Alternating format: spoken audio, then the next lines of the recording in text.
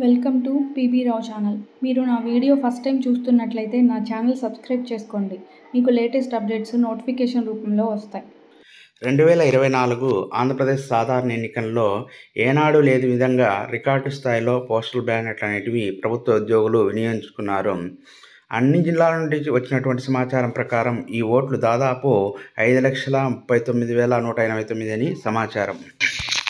రాష్ట్రంలో తీసుకున్నట్లయితే అత్యధికంగా శ్రీకాకుళం జిల్లాలో 38,865 ఓట్లు అనేటివి నమోదయ్యాయి.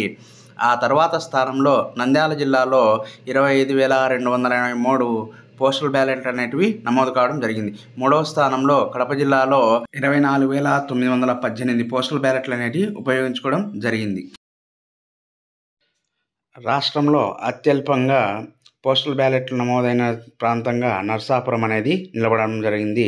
అక్కడ వచ్చేసి 15,320 ఓట్లు అనేటివి పోలు కావడం జరిగినది. మీకు ఈ వీడియో నచ్చినట్లయితే లైక్ చేయండి, షేర్ చేయండి, సబ్స్క్రైబ్ చేయండి. నా ఛానల్ని సబ్స్క్రైబ్ చేసుకోండి. Thank you for watching my video.